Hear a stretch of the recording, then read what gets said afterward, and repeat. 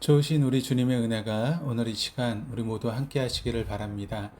오늘 우리가 함께 나누시면서 은혜 받으실 말씀은 잠언 10장의 말씀입니다. 잠언 10장 1절은 솔로몬의 잠언이라고 하는 말씀으로 시작을 합니다. 잠언이 총 31장으로 되어 있는데 솔로몬의 잠언이라고 언급된 장이 3개 장이 나옵니다. 1장과 그리고 10장과 25장. 30장의 아굴의 잠언, 또 31장의 르무엘의 잠언이라는 언급이 있긴 하지만 이 잠언서의 저자를 솔로몬으로 보는 이유는 잠언서의 대부분의 분량을 솔로몬이 지은 것으로 보고 있기 때문입니다. 그래서 잠언의 시브리 성경의 제목은 솔로몬의 잠언이라고 되어 있습니다. 솔로몬이 잠언 10장을 통해서 여러 가지 잠언들을 언급하고 있습니다. 32개의 구절이 있으니 32개의 잠언이 있는 셈입니다. 잠언에 대해서 많은 평가와 말들이 있지만 그 중에 하나는 잠언 하나를 읽는 데는 겨우 수초밖에 걸리지 않지만 그것을 적용하는 데에는 일생이 걸릴 수 있다라고 하는 그런 말이 있습니다. 이 시간 잠언 10장에 포함되어 있는 32개의 잠언들 전체를 짧은 시간에 다 읽을 수 있습니다. 한 개의 잠언을 읽고 음미하고 그것을 적용하는데 일생이 걸릴 수 있다라고 하는데 짧은 시간에 전체를 깊이 묵상한다라고 하는 것은 사실 쉬운 일은 결코 아닙니다.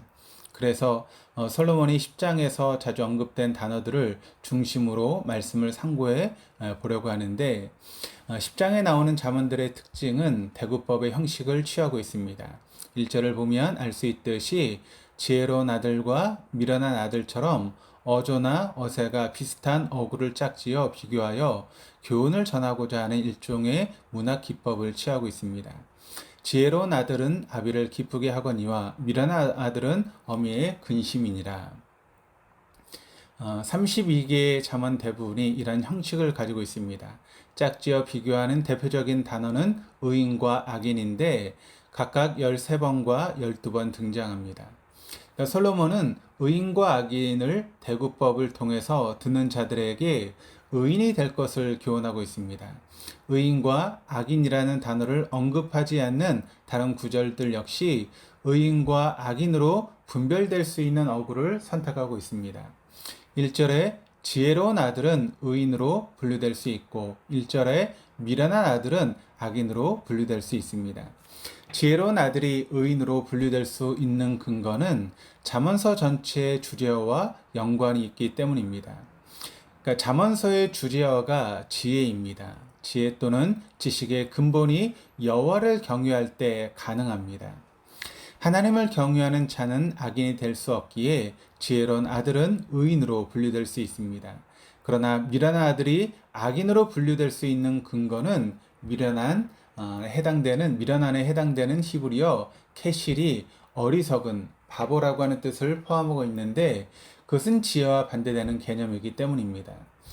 물론 한 구절로만 놓고 보면 이것이 논리 비약이라고 할 수 있겠지만 그러나 10장 전체 흐름을 볼 때 의인과 악인의 대조가 많이 있다는 점을 고려한다면 우리가 그렇게 볼 수 있습니다. 이 외에도 4절에 손이 부지런한 자는 의인으로 손이 게으르게 놀리는 자는 악인으로 분류할 수 있으며 9절에 바른 길로 행하는 자를 의인으로 굽은 길로 행하는 자를 악인으로 분류할 수 있습니다. 1절은 잠언서의 저자와 잠언서의 주제를 상기하는 차원에서 솔로몬이 청지기에게 지혜자가 될 것을 재차 언급하였다라고 볼 수 있습니다. 본격적으로 10장 전체에서 흐르는 주제는 2절의 잠언부터 시작됨을 알 수 있는데 2절은 불의와 공의란 단어를 사용한 대구법 형식입니다. 그러니까 10장 전체에 흐르는 문학 기법을 보더라도 불의와 공의가 쉽사리 반대 개념임을 알 수 있습니다.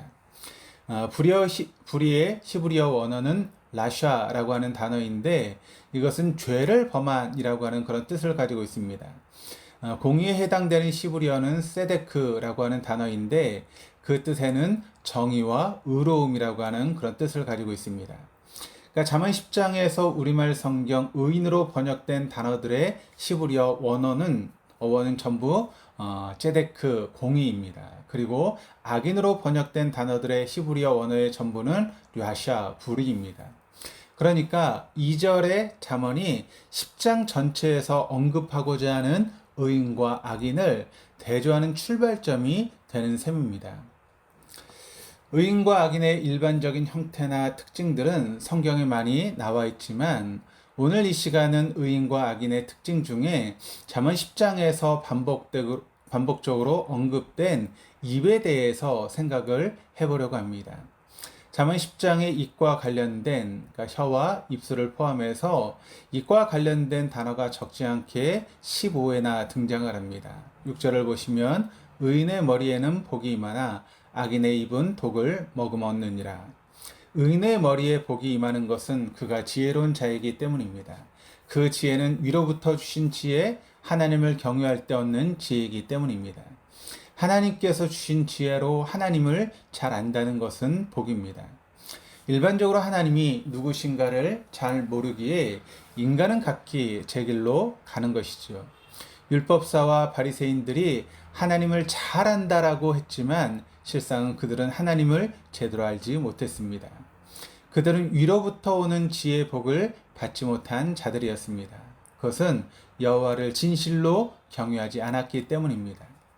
하나님을 경외하는 자는 하나님께서 주시는 지혜로 하나님의 뜻을 깨달을 수 있습니다.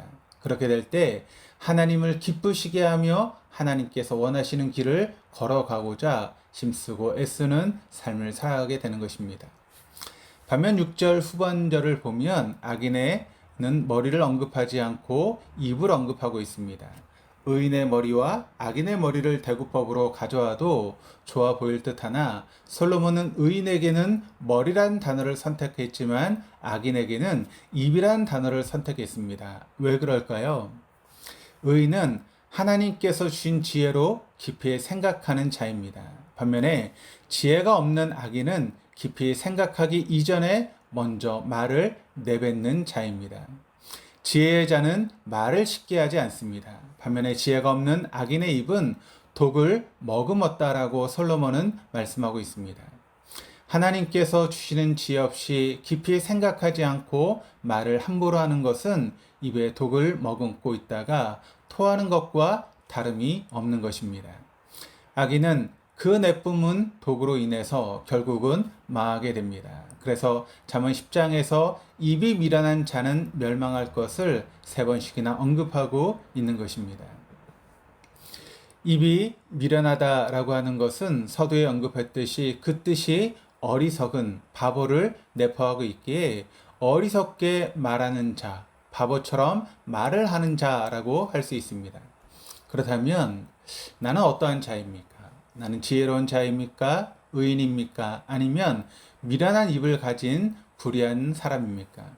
판단이 서지 않는다면 먼저 해야 할 일은 말을 줄이는 것입니다. 가능한 필요한 말만 하는 것이 지혜입니다. 19절이 이렇게 증거합니다. 말이 많으면 허물을 면하기 어려우나 그 입술을 제어하는 자는 지혜가 있느니라. 말이 많으면 말에 실수할 확률이 높아집니다. 그리고 한번 내뱉은 말은 절대로 되에 담을 수 없기에 우리가 말을 할 때는 신중하게 할 수 있어야 하는 것입니다. 그래서 솔로몬은 그 입술을 제어하는 자가 지혜가 있다라고 말씀합니다.